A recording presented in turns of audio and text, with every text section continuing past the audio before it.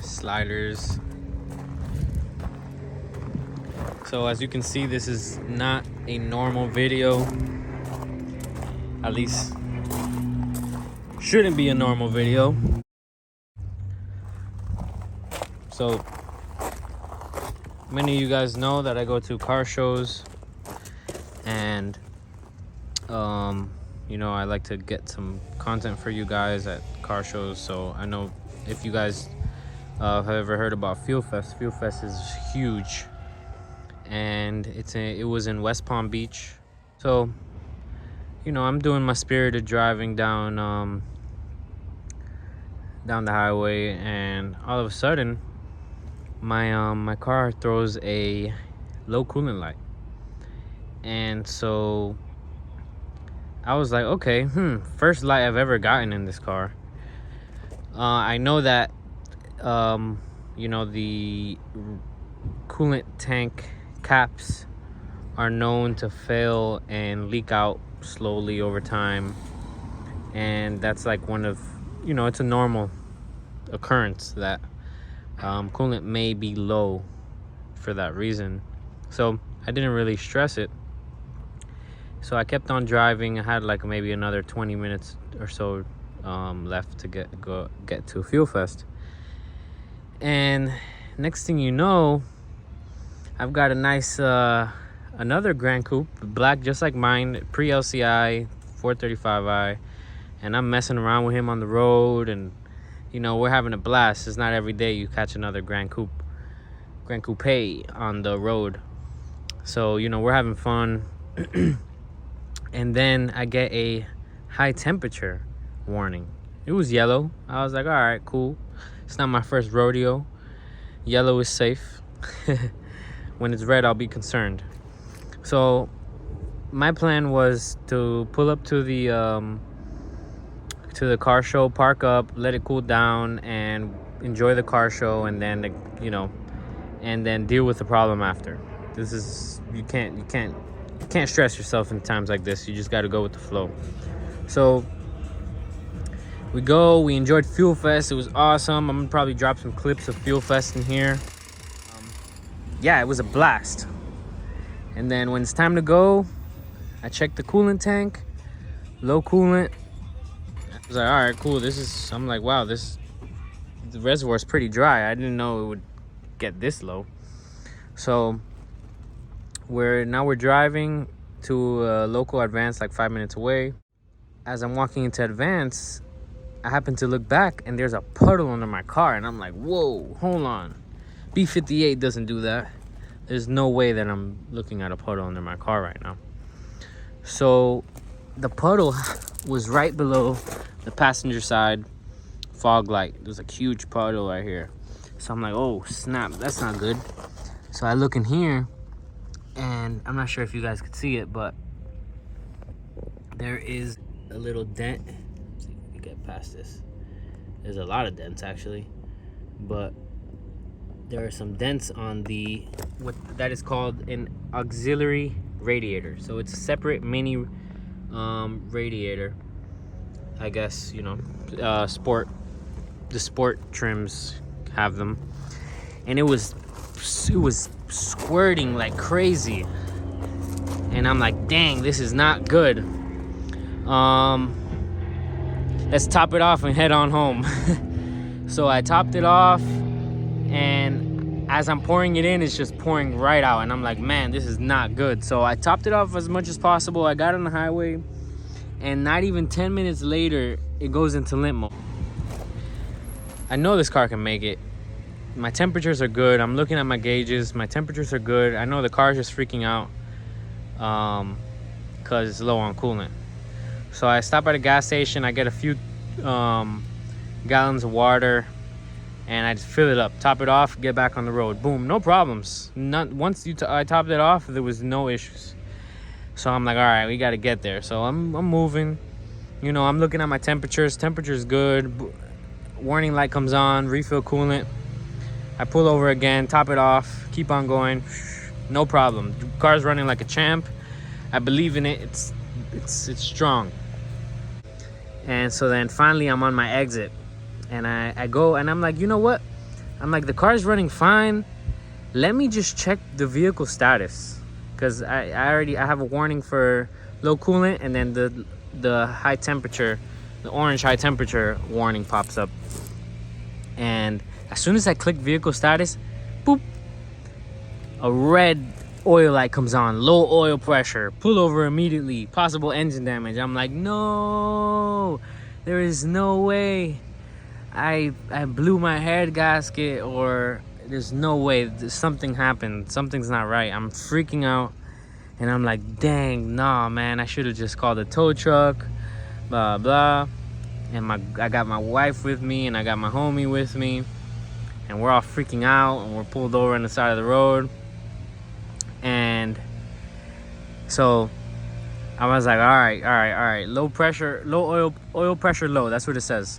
So I'm like, okay, I'm running OW20 right now, so maybe the high temperature has caused the oil viscosity to reduce, obviously because of the high temps, and maybe that's why I'm getting a low oil pressure light. So I said, all right, I'm gonna just let it cool, give it like 15 minutes, top it off with fluid. You know, I'm not freaking out just yet, because I know I did not blow a head gasket. There's no way. So I was like, all right, cool. It's cooled down a little bit. I topped off the fluids, even though it's pissing out the other end. I go to start it up. Vroom, perfect startup. And then misfires, and it shuts off. And at that moment, I almost cried. I thought it was over. And so, guys, I said, all right, guys, there's no more driving it. We failed the mission. And so then I called a tow truck. I got it towed home. And I couldn't believe it. I couldn't believe that the car just shut off on me. I was like, there was no way, you know, like I was super confident that the car was gonna make it. I was watching the temps. And yeah, here we are. I let the car sit for about 3 hours. I topped it off with some oil, topped it off with some coolant, and I pressed the start button, and she started right up.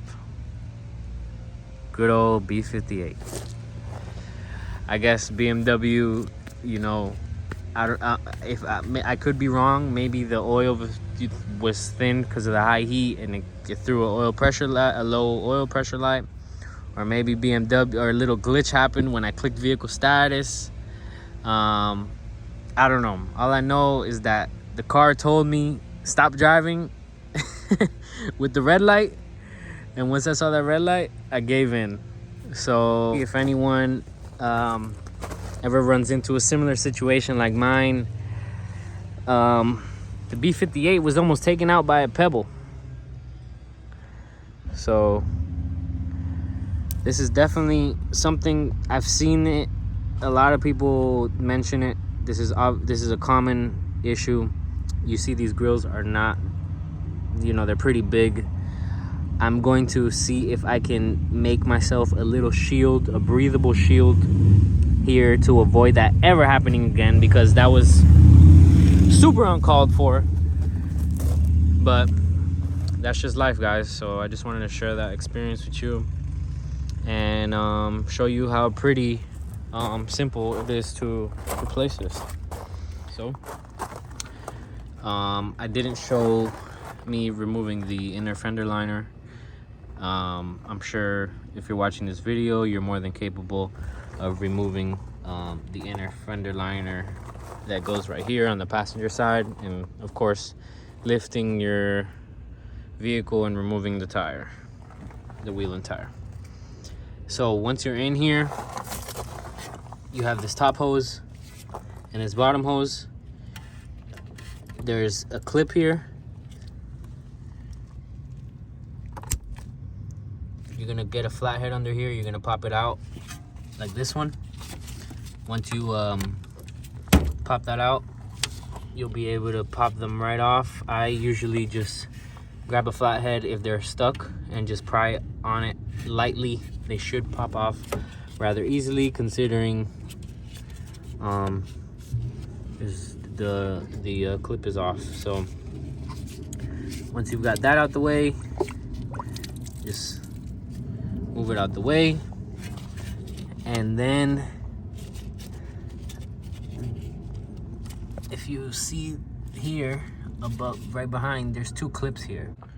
All right guys, so there's I'm gonna put it right back on for you guys. So you want to lift up on this tab up here on both of them, and this will just come on out straight forward, and just like that, it's out. Very easy. All right guys, so now that I have this one off, that was the point of contact right there. Not too tedious. I have my new one here.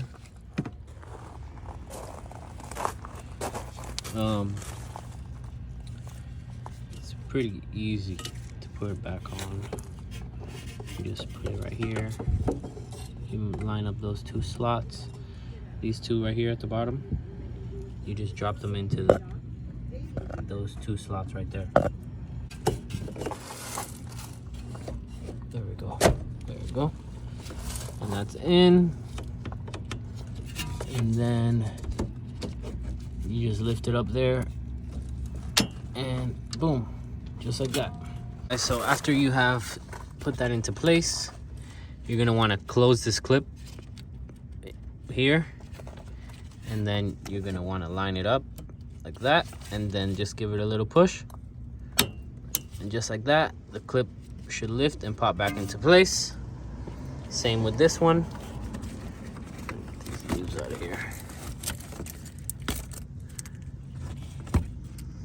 You want to grab it, line it up, give it a push, and just like that, into place.